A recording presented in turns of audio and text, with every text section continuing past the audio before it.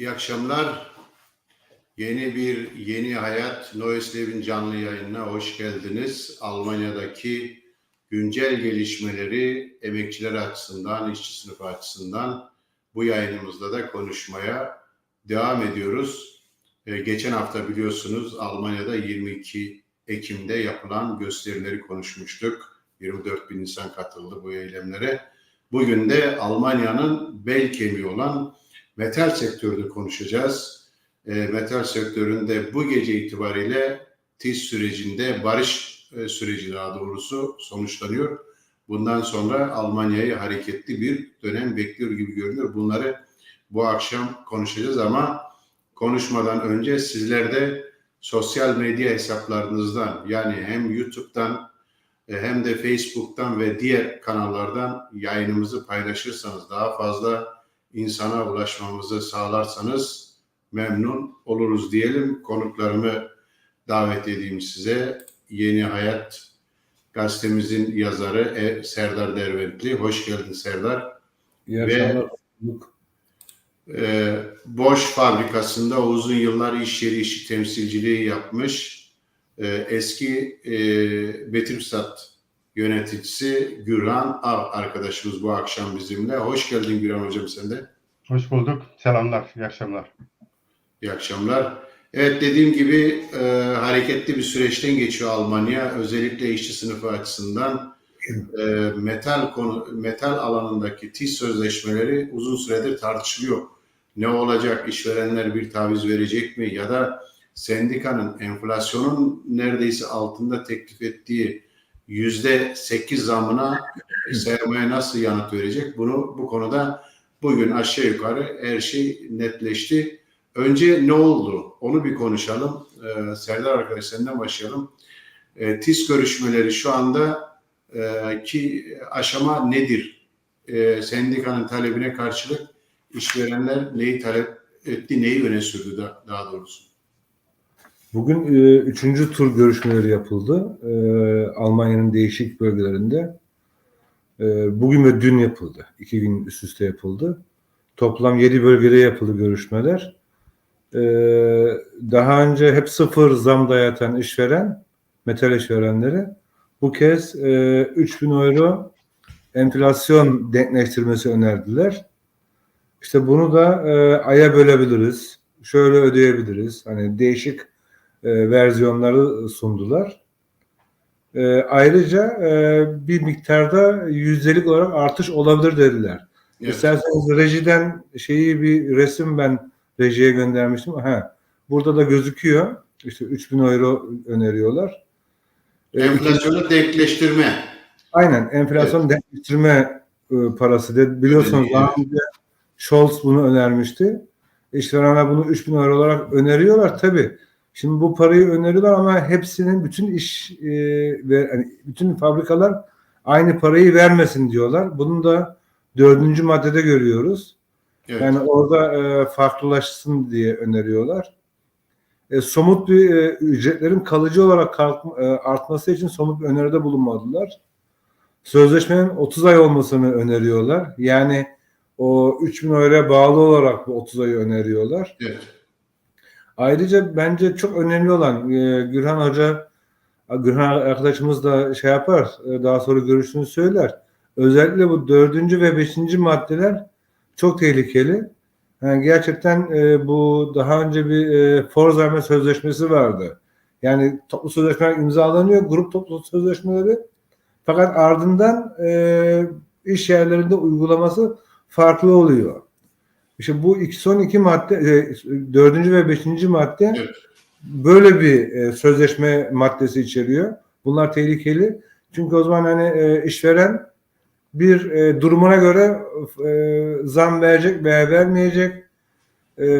İşte 5. madde ise otomatik olarak da yapsın. Otomatiğe bağlansın. Yani bir işveren deyince bizim karımız düştü, zararımız var veya herhangi başka bir şeyimiz var. Sendikaya bile sormadan bu paranın otomatik olarak düşmesini, farklı ödeme yapılmasını öneriyorlar.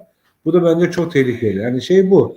Ve bu akşam saat 12'den itibaren bütün Almanya'da metal işçileri uyarı görevine çıkacaklar. Yani olan şey bu. Evet. Bu görüş. Özellikle bir yüzde teklifinde bulunmamaları, hani %8 sendika talep etti. Bu da enflasyonun sınırında yani. Hatta enflasyonun %10'un üzerinde olması bekleniyor. Böyle bir Evet, durum. bugün %10.4 olarak açıklandı Evet. enflasyon. Eylül ayı için, Ekim ayı için. Evet. Evet. İş yerlerinin kendi özgün durumuna göre 3.000 euronun ne kadar da vereceği ve vermeyeceği belli değil aslında. Desek Evet. daha doğru. Tabii bu rakam sadece o Scholz'un önerdiği 3.000 euro rakam ortaya atılıyor. Bu aynısı kimyada da yapıldı. Kimyada şimdi mesela kademeli olarak 1.500 euro bir Ocak ayında verecekler. Bir de biz gelecek sene 24'te bir daha verecekler. 2 kere 1500 euro. Ama onu da işletmenin durumu iyi değilse 1000 euroya düşürebilir, 500 euroya düşürebilir. Yani öyle bir madde de var. Yani asıl tehlikeli olan bu. Hani Evet. grup toplu sözleşmesinde 3000 eurodan söz ediliyor. Ama pratik olarak kaç para ödeneceği konusunda işletmelere şey verilsin, karar hakkı verilsin deniyor.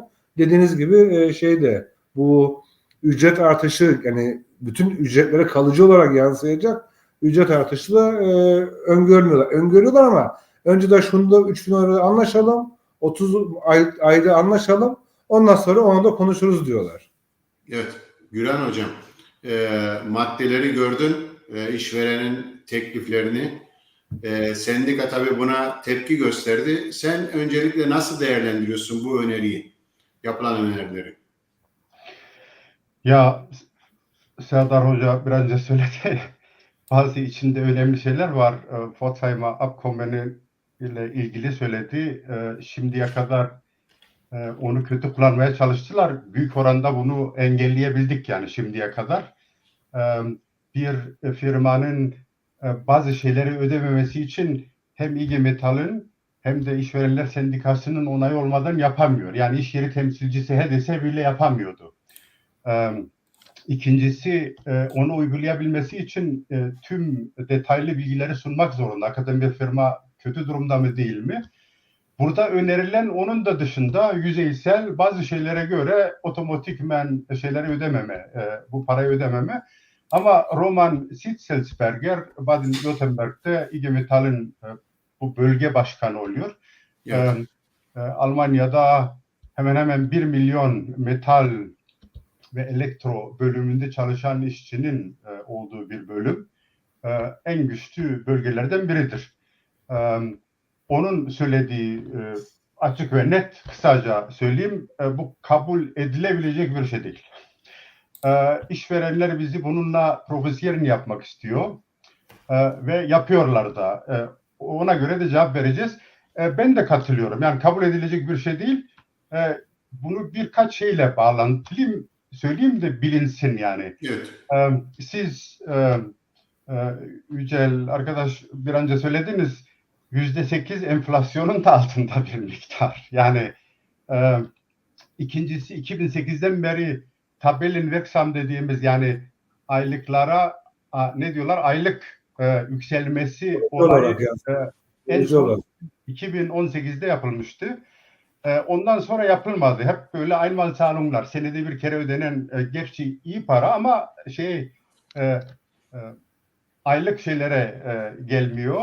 Ve bu defa işçilerin, çalışanların, yani benim görüştüğüm, hatta bir dönem beraber bu çalışmanın içinde olurken iş yerinde diğer arkadaşlarla burada bir şeyin olması gerekiyordu. %10,3 herhalde ya da 4 olacak Evet. bu açıklandı. Verdi sendikası 10.4 istedi. Evet. Evet. Yani %8 kolay bir şey değil. Ama olması gereken bir şeydi en azından. 3.000 euro olur olmaz o ayrı bir olay. Ama çalışanların yüksek bir beklentisi var. İşverenlerin yaptığı, bu önerdiği şey kabul edilecek bir şey değil. Ve gidişat da sonuçta bu akşam itibariyle bazı firmalarda gece vardiyasında uyarı grevleri Uyarı başlıyor. grevleri başlıyor. Ama Haftaya bu yani metal işverenlerinin önermiş olduğu bu 3.000 euro aslında önce gündemde değil, yani hükümetin bir enerji ve enflasyon yardımı olarak bütün topluma verebilen işverenlerin bunu vermesi gibi bir konsept plan vardı. Bu şimdi metal işverenlerinde şey oldu. Hani hükümet madem böyle bir şey yaptı, biz de bunu verelim. Burada bir işverenlerin hükümetin önerdiği çerçevede bakarsak işverenler sonradan bunu vergiden de düşürmeye yoluna gidebilirler mi bu verdikleri parayı? Çünkü bazı yardımlar öyle veriliyor. Ama İşverenler versin ama vergiden sonra düşüreceğiz deniliyor. Sorun bana göre o değil. Güzel arkadaş. Zaten aylıklar vergiden düşüyor. 3.000 lirayı öyle vermiş veya aylık olarak vermiş. Ama 3.000 lirayı verirken onda kesinti olmaması, yani emeklilik kasasına, diğer kasalara da kesinti olmuyor. Sen de vermiyorsun ama sonuçta işverenler de vermiyor. Evet. İşverenlerin Evet, burada bir problem var. Yani ayrıca nerede baksan %20, %30'luk bir bölümünü bu kasalara ödemeleri gerekiyor. Bunu vermeyecekler. Orada karları var. Ama uzun süreli biliyoruz. Mesela bu kasalarda açık olduğu zaman gene ödeyen bizleriz. Geliyorlar bizden ekstradan %1, %2'ye kadar para alabiliyorlar. İşverenler bunun dışında olabiliyor. Sonuçta tehlikeli, yani uzun süreli kabul edilecek şeyler de değil. Çünkü tabellaya girmiyor. Girmeyen bir para. Enflasyon belki bugün yüksek, yarın düşecek ama enflasyon miktarı devam edecek. Gelecek seneler belki az olacak. Hatta 2023 için %7 civarında enflasyon bekleniyor resmi olarak. Yani bunlara baktığımızda kabul edilebilecek bir şey değil. Bu öneriler. Yani çalışanların da kabul edeceğini tahmin etmiyorum. Evet. Göreceğiz. Serdar, işveren sendikanın açıklaması şöyle, ilk tepkisi bir uyarı grevleri için provokasyon işverenlerden. Yani bizi provoka ediyorlar.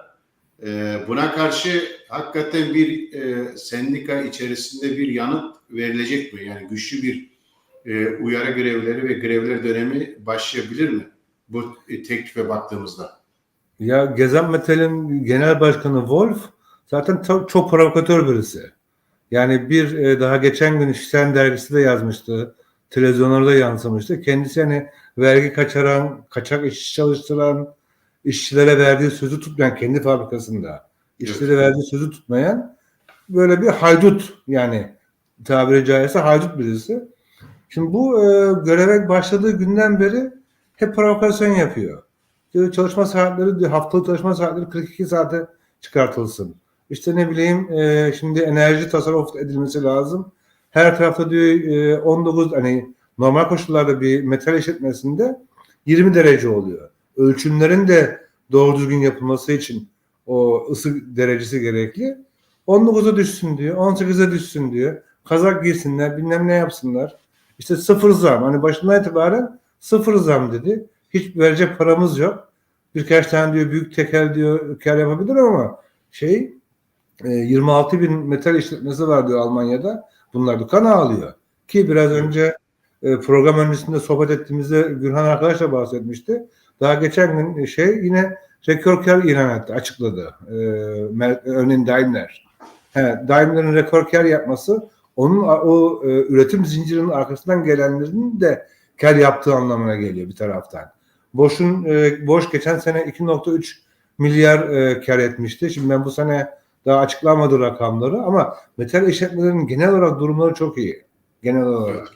Çünkü yani biz şimdi bir krizden, bir enflasyondan bahsediliyor ama bu metal sektörde birçok sektör aslında bu süreçte kar etmeye devam ediyor. Enerji alanında vesaire. Çipler bu yarı iletkenler çip krizi vardı. Çip krizinde araba üretemeyiz diyen fabrikalar, Volkswagen, Porsche, neyse hepsi, bütün markalar rekor kar kırdılar. Niye? Çünkü en pahalı araçları ürettiler. Ucuzları üretmediler, en pahalısını ürettiler. Kar marjları yükseldi. Dolayısıyla yani bu o krizin kimi nasıl vurduğu hep onu çok iyi bakmak gerekiyor. Bir de biraz önce arkadaşımıza bahsetti, yani şimdi enflasyon %10.4'e çıkmış ki bu işçiler için çok daha yüksek.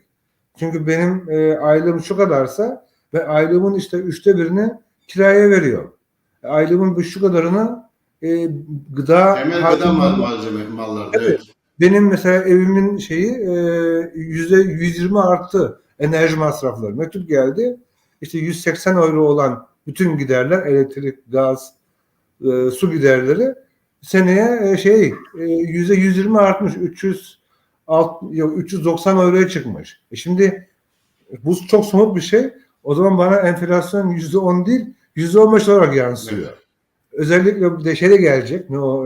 Yıl sonu faturası da gelecek vesaire. Dolayısıyla hani bu %8 bile az. Çok düşük. Hani ona baktığımızda.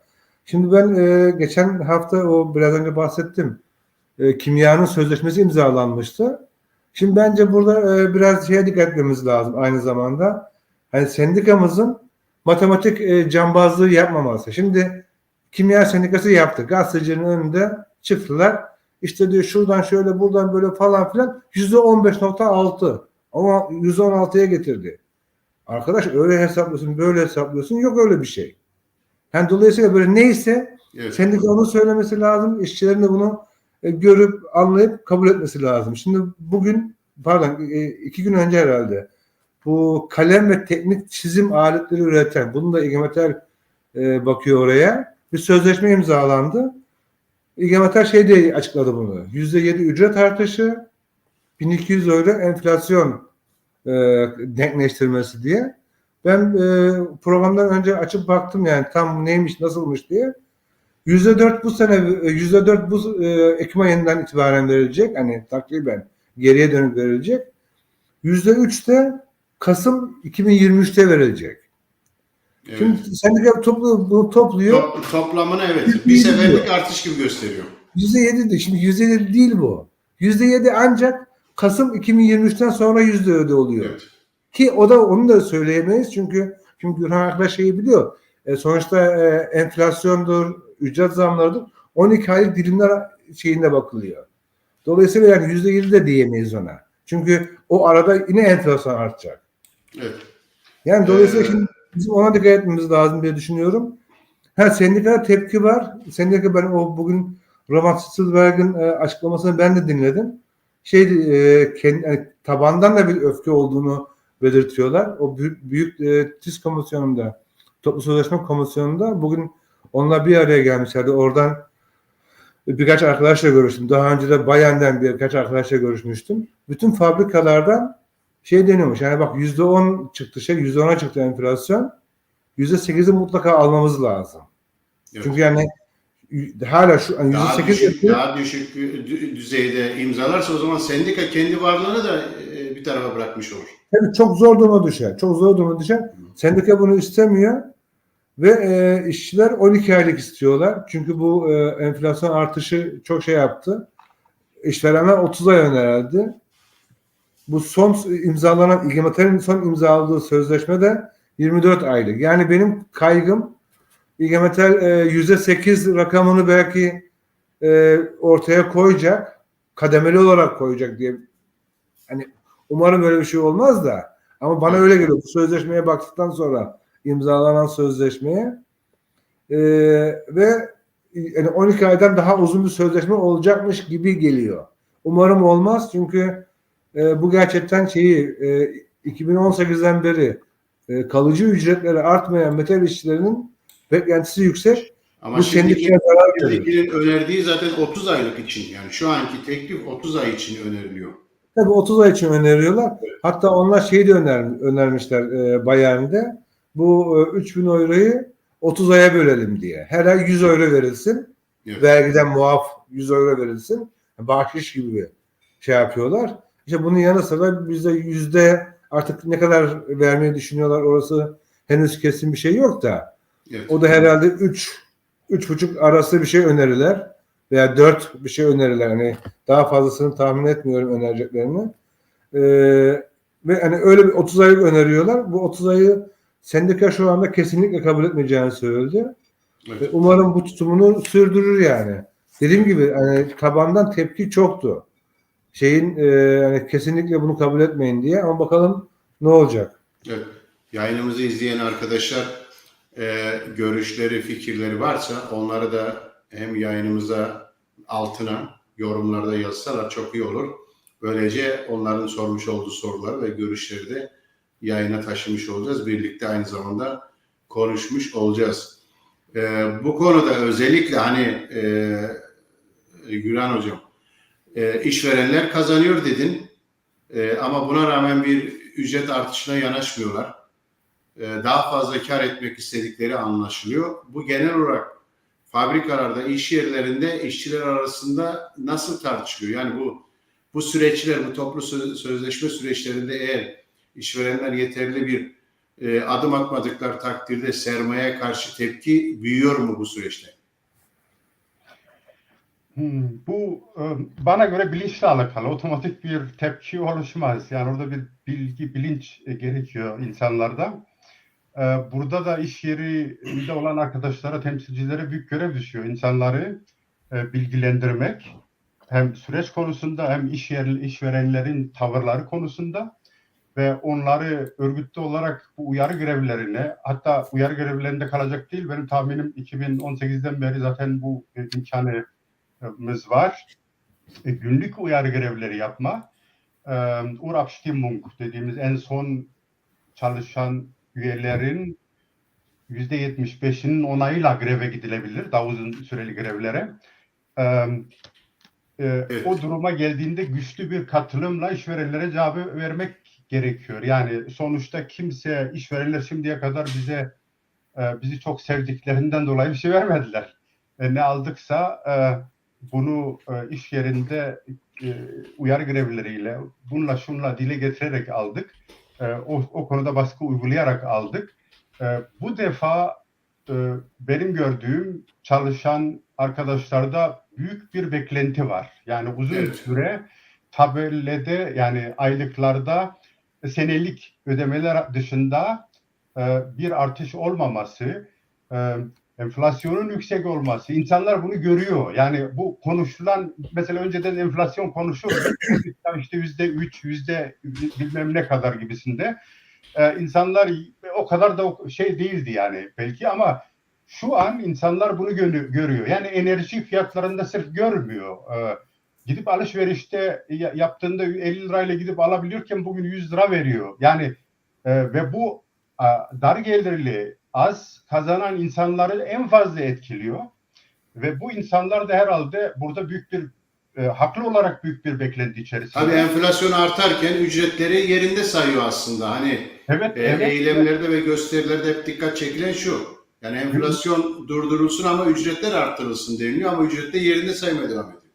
Enflasyon devam edecek ve ikincisi, en önemli husus, işverenler fiyatları arttırdı ve daha da arttıracak. Yani onlar burada işte enflasyon bizi eziyor, bilmem enerji fiyatları eziyor diyorlar ama bunu fiyatlara yansıtıyorlar. Yani fiyatlarda sonuçta bunu geri alıyorlar. Onlar kazancına gene kazanç katıyorlar ve bize işte aman idare edin, kötü bir dönemdeyiz deyip bizi sıfırla idare et veya az bir şeyle idare etmeye çalışıyorlar. Bunun tutabileceğini tahmin etmiyorum. Serdar arkadaş bir önce söyledi, doğru. Sendika yönetiminde bazen öyle şeyler olur. Bilinçli hesaplamalarla daha şirin sonuçları gösterme. Ama tahminim bu defa öyle kolay değil. Bir de ikincisi, IG Metall en güçlü örgütlü sendikalardan biri. Ve burada örgüt tabanında da bir etkileme var. Yani öyle yukarıda sırf konuşmakla olmuyor. Örgütün tabanın desteği gerekiyor. Evet. Onun için de öyle kolay basit oyunlara gidip bir anlaşmayla bunu bitirme kolay olmayacak diye düşünüyorum. Ama sonuçta çalışanların tepkisi, iş yerlerindeki tepki sonuca yansıyacak. Yani evet, burada tabii ki önemli bir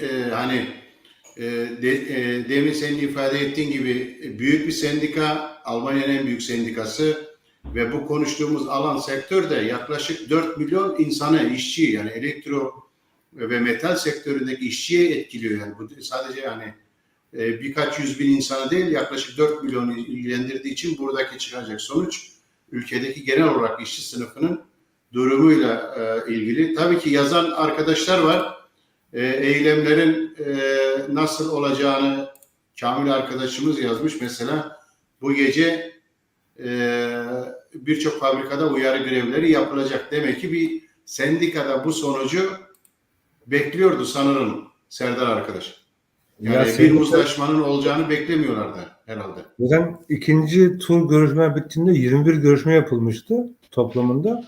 Hiçbir yerde şey yapılmadı ve sendika o zaman grev hazırlıkları için başladı. Uyarı grevleri için de sendika seminerler yapıyor. Mesela bugün yine 4 bölgede şey yapıldı.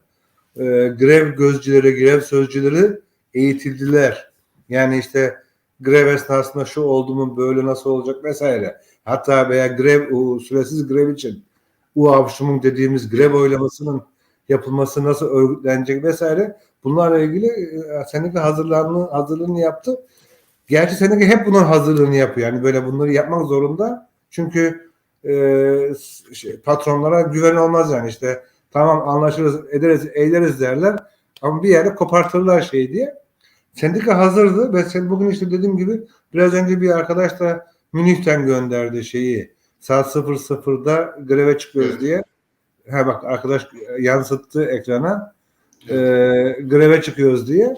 Yani bütün fabrikalarda gece vardiyası çalışılan bütün fabrikalarda bu akşam greve çıkılacak. Orası kesin. Dediğim gibi işte hani o cuma günü sonuçta süreci biraz hani aşama şey yapar anlatırsan barış dönemi bitti. Uyarı grevleri başlayacak. Bu ne kadar sürecek? Ne kadar grev için oylamaya gidilecek? Yani rejiden arkadaş ikinci fotoğrafı da gösterirse orada daha rahat bak. Burada şimdi biz birinci uyarı grevi dalgasındayız. Yani Strike böyle. Şimdi bu akşam başlıyor. Bu ne yazık ki işte cuma günü olduğu için yarın sabaha kadar olacak. Yarın cumartesi günü çalışan yerler varsa onlarda da uyarı grevi olabilir. Asıl uyarı grevi haftaya pazartesiye başlayacak. Yani ayın 1'inden itibaren 31'inden itibaren oluyor. İşte 31'inde de Kuzey Almanya'nın önemli bir bölümünde tatil. Reformasyon tatil deniyor. O da tatil. Yani ama bu önümüzdeki hafta pazartesiden itibaren şey olacak. Ciddi bir grev haftası olacak. Bu görüşmeler tekrar 4. tur görüşmeler 46. haftada yani 14 Kasım'da başlayacak. 14 Kasım'a kadar ciddi büyük eylemler yapılacak ve sendika her ilerleyen uyarı grevi gününde, her ilerleyen uyarı grevi haftasında eylemleri yoğunlaştıracak. İşverenlerin tavrına bağlı biraz da o zaman. Yani işveren taviz vermeye yanaşmadığı sürece sendikada işçi sınıfından gelen gücünü kullanacak o zaman. O fotoğrafı bir daha görebilir miyiz? Orada bir şey daha bakın. Şeylerde işlerinde eylemler yapılacak sonra Mitglieder Votum und ZE yazıyor burada. Evet. İşte burada bir yandan grev oylaması yapılacak. Bu da Kasım'ın sonuna tekabül ediyor. Yani 4 hafta uyarı grevi dönemi olacak.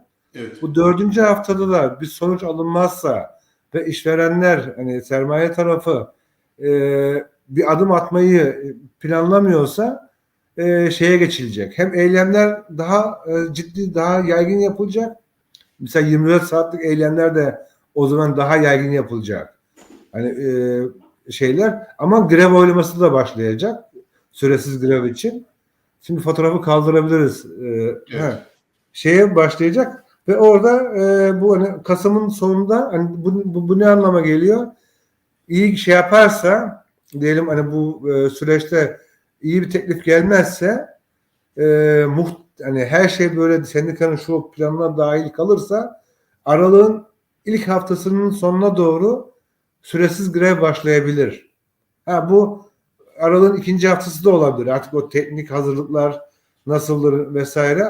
Almanya'da hiç yapılmamış değil. Almanya'da mesela Almanya'nın en önemli grevi hastalık parasının elde edildiği grev 50'li yıllarda yanlış hatırlamıyorsam 56'ydı. Gürhan arkadaş düzeltir yanlışsa. Orada tam Noel döneminde yapılmıştı. Yılbaşı Noel işçiler yapmadılar. Greve çıktılar ve o hastalık parasının kazandılar. Hani yine öyle bir sürece gidiyoruz. Tabii şurada böyle bir şeyde bir problem de var bence. Seninki onun da farkında. Bu şimdi hatırlıyorsunuz, şimdi uyumlu eylem planı Evet. gündem. Concentrate yaptı.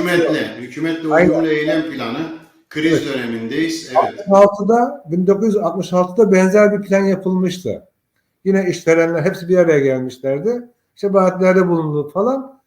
Ve işçiler, daha doğrusu sendika sessiz kaldı bir süre. Talepleri ileri sürmedi vesaire. 69'da Almanya'da özellikle metal ve maden işletmelerinde kendiliğinden bir grev dalgası başladı. Yüz binlerce işçi artık sendikayı bir yana bırakıp greve çıktılar. Ardından yine o daha sonra 73'te, o 72'nin sonu 73'ün başı 74'e kadar sarktı bu grevler.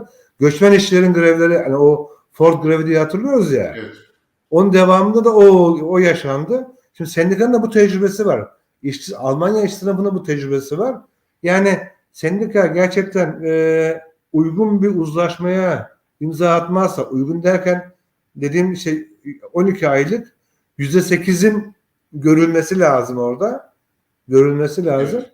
Yoksa Kabul edilebilir bir sonuçtan bahsediyorsun. Yani tabii. işçilerin de rahat sindirerek kabul ettiği Tabii bir şimdi işçiler, uzlaşma. şimdi bak, bugün bütün eylemlerde megafona soruyor Betülsuratlar veya işte Favkel'den arkadaşlar, ne istiyorsunuz?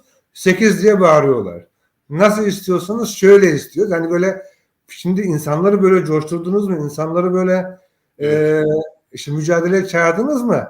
Artık kusura bakmayın, pardon, şimdi olmadı bu sefer. Herkes evine gitsin dediğinizde bu biraz çok böyle basit olmuyor. Hani özellikle Gülen arkadaş, o zaman ona soralım. Çünkü uzun tabii, yıllar tabii. bu alanda mücadele ettiği, sendika içerisinde aktif olarak ve TÜRKSAT üyesi olarak bulundu. Sendikanın bu konudaki tutumu nasıl olur? Yani ne kadar götürebilir? Bazen sendikalar, çünkü grev bütçemiz var mı yok mu, ona da biraz bakarlar. Yeteri kadar. Çok fazla uzun grev götürürsek o zaman da bütçemiz yok diye şey yapıyorlar. Şu anki tabloya baktığımızda kısa bir sürede anlaşmanın olması zor görünüyor. Çünkü işçilerin yaşam koşulları, demin sen anlattın, giderek daha zorlaşıyor, yoksullaşıyor. Ne yapabilir sendika bu süre içerisinde? Ya şöyle söyleyeyim, geçmişte bu şimdi de aynı olacaktır, farklı değil. Bir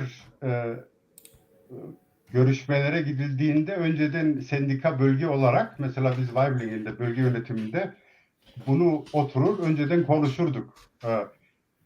Ne zaman hangi firmalarla uyar görevlerine gireceğiz, kaç kere gireceğiz, o firmalarla konuşulur, bunun planlaması önceden yapılır. Yani önceden bunlar yapılması gereken şeyler. Sonuç olur veya olmaz. Ne kadar sürer olmaz.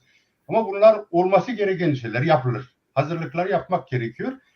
Sonuçta günlük grevler, onun planlaması yapılır. Yani nerede, şöyle söyleyeyim, 2018'de biz 3 kere uyarı grevine gittik. Yani 3 vardiyi dışarı çıkardık. Ondan sonra günlük bir greve gittik. Ben daha önceden biliyorum, hiç tahmin etmeyeceğimiz, anlaşmanın olmayacağı, işverenler böyle dayatıyor, biz dayatıyoruz. Evet. Ve Urabstimmung'u yaptık. Yani sayımları yaptık. İnsanlar ne kadar... Grev oylaması. Evet. Evet, greve gideceğiz. Yani onun hazırlıklarını yapmışız. Ondan sonra anlaşma geldi mesela. Yani olmaz diye bir şey yok. Her şey, işverenler tabii bu grevlerle beraber kaybedeceği şeyleri de hesaplarlar. Ve burada kaybederken derken işverenlerin işçilere olan güveni de kayboluyor. Yani bunun dışında para sırf değil, yani diğer şeyler de var. Sonuçta grevden sonra o çalışanlara ihtiyacı var.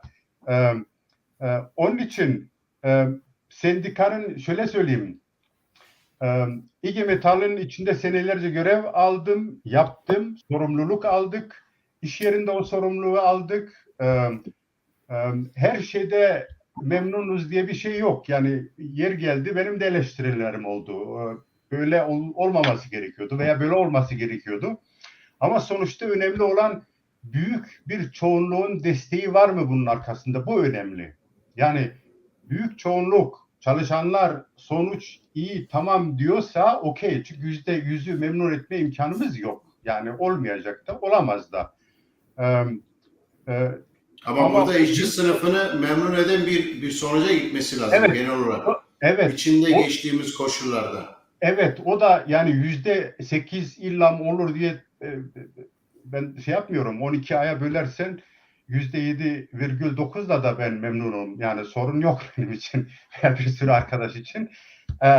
Ama sen bunu uzun süreye yaydığın zaman hesap, Serdar arkadaş biraz önce söyledi, hesap yaparak bunu %16'ya getirirsen olmaz işte. İnsanlar bunu görüyor artık, eskisi gibi kabul etmiyor veya inanmıyor.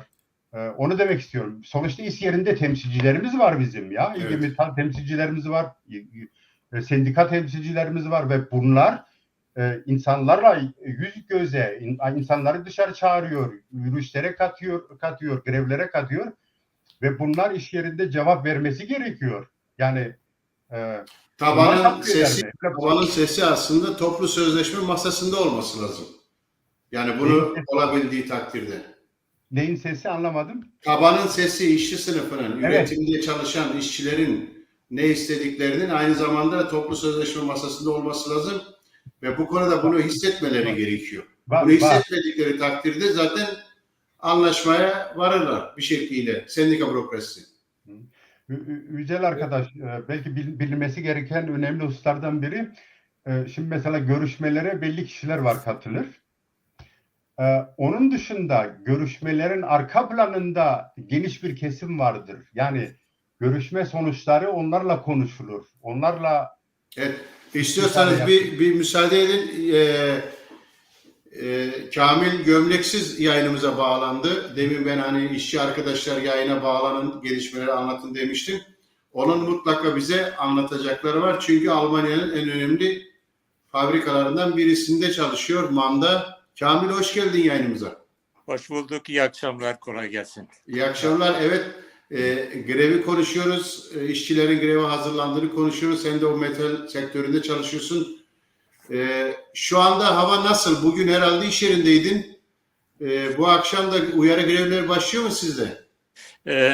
Hayır, bizde Cuma gününe ertelendi. Çünkü bu gece normal olarak önce planlamıştık. Gece saat 0'da barış dönemi bitiyor.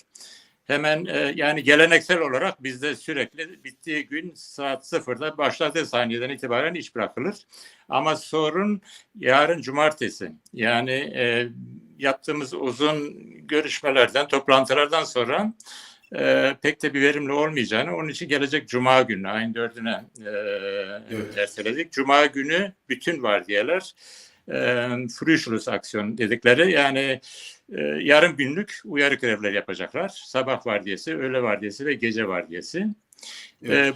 Bugün Niedersachsen'da Niedersachsen ve Sachsen-Anhalt işte bölgesi toplu sözleşme görüşmeler yapıldı. Görüşmelere katılan bir arkadaş da bizim fabrikadan Betriebsrat Başkan Yardımcısı arkadaşımız, aynı zamanda Vertrauenskörperleiter geldi. İlginç şeyler anlattı. Aynı şey tekrarlanmış o Baden-Württemberg'deki olan işverenlerin teklifi filan, evet aynısı. Hatta şaka yollu bir şeyler anlattı. 8 kişi gelmişler bu sefer. Tabii Thorsten Gröger 8% vereceksiniz anlamında bir şakayla başlamış. Ama yani aynı şeyi tekrarlamışlar öneriyi diğer bölgelerde yapılan. Ama yapacak bir şey yok. Şu an sendika ve bizim yöremizde hemen hemen tüm Almanya çapında barış dönemi de bitiyor bu gecede. Yani çok aktif bir şekilde şeyler başlayacak. Ve çalışmalar hemen hemen Almanya çapında yapıldı. Uyarı grevlerine hangi fabrikalar, hangi şehirde, hangi bölgede katılacaklar? O konuda bir plan hazır o zaman. Yani tabii kesinlikle hazır. Hatta bir grev hazırlığı yapılmış anlaşılan. Efendim. Evet. İkinci uyarı grevlerinin de bir şeyi hazır. Hatta 24 saatlik biz bu yörede, Niedersachsen yöresinde Power Strike diyoruz biz buna. Power Strike'lerin de hazırlıkları şu an ciddi bir şekilde hazırlanıyor. Hatta o Abstimmung, yani oylamanın da bir hafta önceye çekilmesi kararı alındı. Grev oylamasının. Evet, Yani evet, grev grev oylaması bir hafta öncesine çekilmesi. Evet diyorum, söz konusu. paralel olarak yürütülecek. Hı. Bunlar bu grevlere paralel olarak yürütülecek. Yani işin şakası yok. Okey, güzel. Çok teşekkür ederiz. Bağlandığın için başka anlatacakların varsa bize şu anda. Benim anlatacağım şu. Bir kere işçiler gerçekten çok kararlı. Hatta %8'i az buluyorlar. Şimdi toplu sözleşmelere katılan arkadaşlarımız olsun, bizim tarif komisyonundaki arkadaşlarımız işi zor geçeceğini sürekli söylediler. Çünkü metal sektöründe değişik, irili ufaklı birçok firma o çatının altında. Bazıları bu savaştan dolayı, koronadan dolayı, işte bu krizde özellikle yedek parça sorunundan dolayı büyük sıkıntılar yaşıyorlar. Tedarik zincirlerinde de gerekli Tabii gösteriyor tedarik orada. zincirlerinde büyük sıkıntılar yaşıyorlar. Öyle ciddi bir zorluklar var. Hatta biraz da iflas eden firmalarda falan var. Belki yani böyle zor bir dönemde geçeceğiz ama kesinlikle işçiler kararlı. Sendikamız da kararlı. Ve tüm planlar demin dediğim gibi yapılmış durumda. Şunu da eklemek lazım. Özellikle işçi tabanda ciddi bir baskı yapıyor. Kesinlikle ciddi baskı yapıyor. Çünkü zamları siz de demin de böyle dinledim ben. Çok iyi anlattınız. Hepimizi etkiliyor. İşçileri daha çok etkiliyor. Dolayısıyla 8 bile yani bu kayıplarımızı enflasyonun altındaki bir şey. 2018'den beri tabelin wirksamı yani şöyle anlatayım anlaşılacak şekilde saat ücretlerimiz dondurulmuş durumda. Yani Grundlohn dedikleri temel ücret. Temel ücretler dondurulmuş durumda. Bu işçilerin emekliliğine yansıyor. Yani işte bir sürü şeyine yansıyor. Şimdi Evet, ben peki. şurada şey yapamayacağım. İfade edemeyeceğim şekilde. Bunu işçiler görüyor. Hepimiz görüyoruz. Sendika da bunun farkında. Tabii bugünkü 3.000 euro 30 aylık bir şey tabii ki kabul edilir gibi değil. Kabul edilir gibi değil. Bir de onu da söylememişler. Bu ne zaman ödenecek? Ne zaman hangi ay ödenecek? 3 sene sonra O görüşmelerde benim okuduğum bir yazıda sanki çalışma sürelerinin esnekleştirilmesi, şu anda 35 olan haftalık çalışma süresinin 36'ya Batı Almanya'da. Doğu Tabii. Almanya'da biraz daha arttırılması, %38 sanırım haftalık. Sadece o değil, şeyde de. Arttırılması da şu anda masada aslında. Hani hem esnekleştirme hem çalışma süresini arttırma. Sadece o değil, bir de Weihnachtsgeld, Urlaubs gibi şeyler de o zaman onların esnekleştirme. Kesinlikle. Onların öyle bir tehlike var. Dolayısıyla bu şey kabul edilir bir şey değil. Bir de işçiler bunun savaştan dolayı kaynaklandığını yani görüyorlar bunu. Kesinlikle savaşın çok büyük bir, önemli bir etkisi olduğunu bütün bu durumdan. Bunun farkındalar yani bunu da belirtmek lazım. Peki, çok teşekkürler. Yayınımıza katıldın, güzel bilgiler verdin. Görüşmek üzere. Görüşmek üzere. Yavaş yavaş toparlayalım. Serdar, özellikle işçi sınıfının zor bir dönemden geçtiğini biliyoruz. Yani metal sektörü tabii işçi sınıfının en örgütlü olduğu alanlardan bir tanesi. Sermaye de örgütlü. Demin Kamil anlattı. Bütün eyaletler ve bölgelerde aynı zaten masaya oturmuşlar. Demek ki bir çizgi çizmişler işçi sınıfına karşı. Hep birlikte bundan sonra bu şekilde hareket edeceğiz. İşçi sınıfının ise bu sadece metal değil ama genel olarak bir daha geriye çekildiği, ileriye atılmadığı, daha yeni mevziler kazanmadığı bir dönemden geçiyoruz. Almanya'daki bu metal sektöründeki gelişmeler eğer sendika iyi durursa bu konuda bir kırılmaya yol açabilir mi? Ya şimdi bunlar hep biraz önce Gürhan onu çünkü Fransa'ya da biraz bakarak, çünkü Fransa'da da baktığımızda metal ve enerji sektöründeki işçiler bir günlük greve gidiyor, eylemler yapılıyor. Komşu ülkede güçlü bir hareket var çünkü. Ya hani şimdi yani o ülkelerin karşılaştırması her zaman kendi başına zor bir şey. Hani onu bir şey yapmak gerekiyor. Mesela şimdi diyelim İngiltere'de çok yaygın grevler var. Olağanüstü grevler var ve hani yıllardır yaşanmayan grevler var. Nedeni de bir taraftan bu hayat pahalılığı, ücretlerin artmaması, diğer taraftan da hükümetin bu konservatif hükümetin sendikal örgütlenme yasasını değiştirecek, grev hakkını sınırlayacak vesaire. Yani orada da özel bir durum var. Şimdi Almanya'da iş sınıfı şimdi şöyle bir sıçrama yapar mı yapmaz mı? Böyle tahminler zor oluyor. Biraz şeye bakmak gerekir diye düşünüyorum. Hani biraz önce Gürhan şeyden bahsetti. Hani bu TİS komisyonun arkasında, hani görüşmeleri yapanın arkasında geniş bir kesim var. Benim hatırladığım kadar 180 kişiye yakın mesela Baden-Württemberg'de şey var. Büyük TİS komisyonu üyesi. Görüşmeyi yapan 4 ile 8 arası değişiyor. Bazı özel görüşmeler Roman Sisselberger ile işte Daimler'den birisi katılıyor, Bettelstadt katılıyor veya yani böyle 2 ile 4 arası değişiyor da ama şimdi asıl olarak şu ana kadar işçilerin işçiler arasında hakimdi. Ya aslında bizim durumumuz fena değil. Yani iyi değil. Fena değil diyorlardı. Şeye bakıyorlar. Yunanistan'a bakıyorlar. İspanya'ya, İtalya'ya hatta bile Fransa'ya bile yani durumumuz iyi. Onların durumu daha kötü. Mesela Alman işçisine bu çok yapıyor. Çok böyle yansıtılıyor. Sizin durumunuz fena değil. Bak hani siz yine şunu alıyorsunuz, şu hakkınız var vesaire diye. Ve uzun süre oyalandılar. Yani burası açık. Ama şimdi 2021'in tabii enflasyon hep gerçekte. Hani %2, 3, 4, 4,5 neyse çıktı şimdi 10,5 hatta hani gerçek enflasyon 13, 14 diyenler var. İşçilere yansıyan bunu söylüyor. DIV söylüyor. Deutsche Institut für Wirtschaftsforschung diyor. Bir işçinin maaşına yansıyan %15'te %20 arası diyor enflasyon. Dolayısıyla işçilerin beklentileri yüksek. Ve işte bugün bak şimdi Alman iş sınıfının şöyle bir özel iyi bir yanı var. Sendikasına güveniyor. Evet. Ama sendika o beklentileri yerine getirmezse işte o zaman iş değişir. Sendikadan kopuşlar da olur ki bunu kimse istemiyor veya biz istemiyoruz yani bu istenecek bir şey değil. Diğer taraftan sendika içinde farklı tartışmalar da olabilir. Yani şimdi bak Kimya Sendikası'nın başkanı diyor ki biz diyor Berlin'e bir araya geldik sendikalar, işverenler, hükümet olarak da ve neyse başka uzmanlar falan da geldiler. Biz diyor bu görevimizi yerine getiriyoruz diyor. Bu sözleşmeyi imzaladık. Almanya'ya karşı görevimizi yerine yani ulusal bir görev diyor. Şimdi bu iş biraz büyüyor. Böyle o milliyetçilik işte o İşçi sınıfının sermayenin politikalarda yedekleri. aynı gemideyiz böyle hikayesi. Ama bugün Alman işçileri hani Almanya'daki iş sınıfı görüyor. Tamam diyor aynı gemideyiz doğru. Ama küreyi çeken biziz. Yukarıda güneşlenen sizsiniz. Yani böyle olmaz bu. Bugün işçiler bunu söylüyorlar. Sanırım da sendika böyle kolay o geçmiş yıllarda olduğu gibi kolay bir kerelik ödemelerle işi halledemeyecek. Çünkü dediği gibi Gürhan'ın da işte o 2018'de yanlış hatırlamıyorsam %2'nin altındaydı enflasyon ortalaması. 1,8 falandı. O hep böyle yani o düzeydeydi.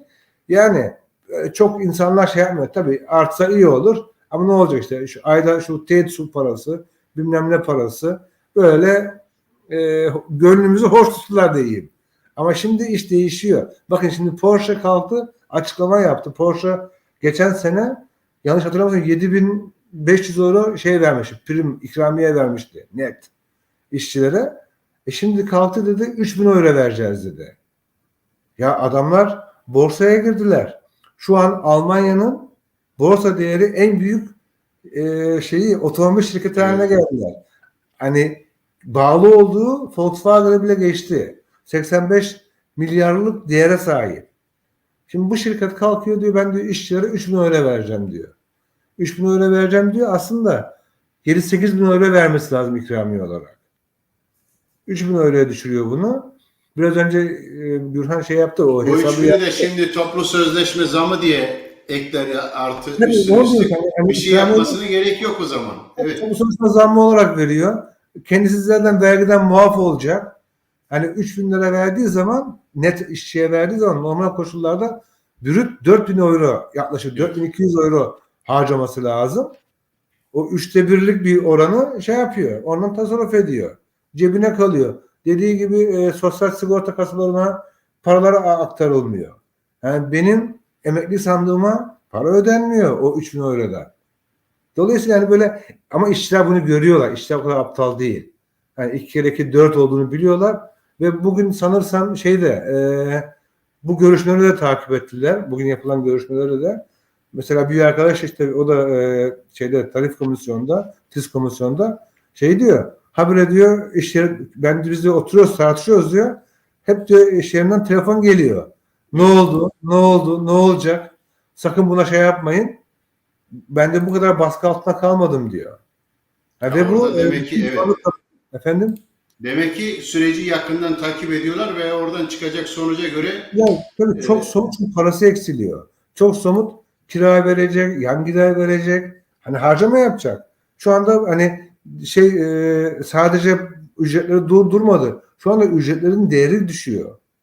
Olduğu yerde 100 lirası geçen sene 100 lirası bugün 90 lira. 1000 lirası 900 lira. Evet. 3000 euro alıyorsa maaş 2700 lira alıyor. Yani bunlar çok ciddi meblağlar. Öyle basit meblağlar değil.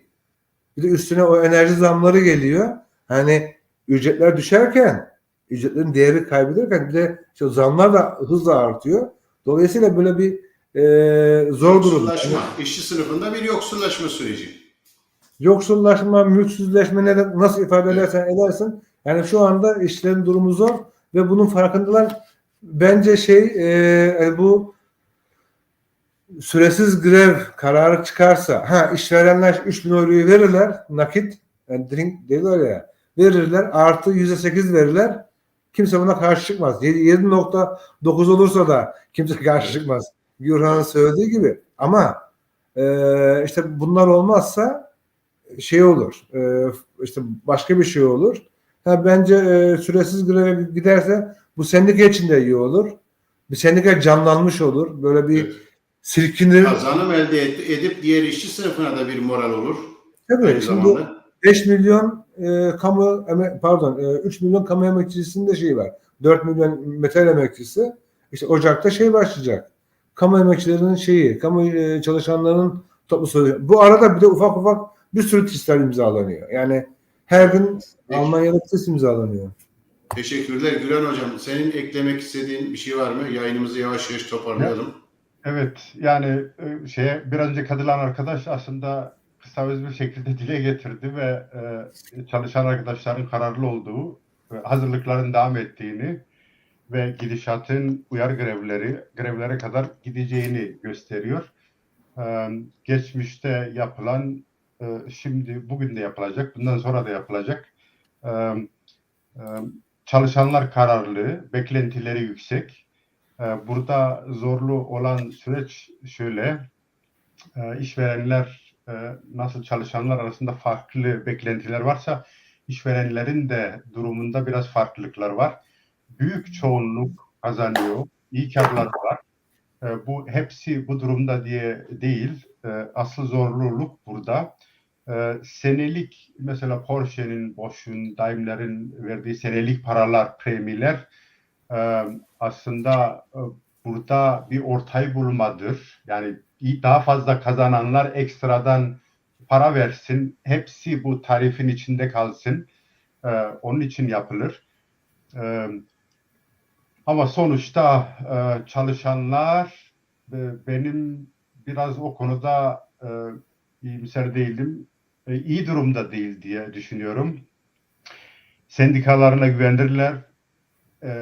Bu durumlarda arkasında dururlar, sokağa çıkarlar. Büyük oranda öyle diyeyim. Ve iyi bu. En güçlü sendikalardan biri sektördür. Ama bir sürü sektör var Almanya'da. Sendikalar güçlü değil, üyeleri azdır ve taleplerini de yerine getiremiyorlar. İsteklerini dayatamıyorlar. Ve bundan dolayı da çok az ücretle çalışan sektörler var. Çalışanları iş yerlerinde politikleştirmemiz de biraz gerekiyor. Yani sırf bu toplu iş sözleşmeleri bu süreçlerde değil, toplumdaki sosyal olaylara duyarsız kalmamaları ve buraya da katılmaları, politikanın temelden değiştirilmesi için herhalde daha çok yapacağımız şeyler var Peki. diye düşünüyorum. Çok teşekkür ederim sizlere yayına katıldığınız için. Yayında da gördüğünüz gibi hem arkadaşlarımız hem de bağlanan Kamil arkadaşımız anlattıkları önümüzde, yani bu geceden itibaren Almanya'da bir sıcak gelişmeleri, işçi sınıfı açısından özellikle metal sektöründe sıcak gelişmeleri yaşandığı görünüyor. Biz de bunları takip etmeye devam edeceğiz. Eylemleri yerinde izleyeceğiz. Böylece Yeni Hayat üzerinden aktarmaya devam edeceğiz diyeyim. Herkese iyi geceler. İyi geceler. İyi akşamlar. İyi geceler, iyi akşamlar.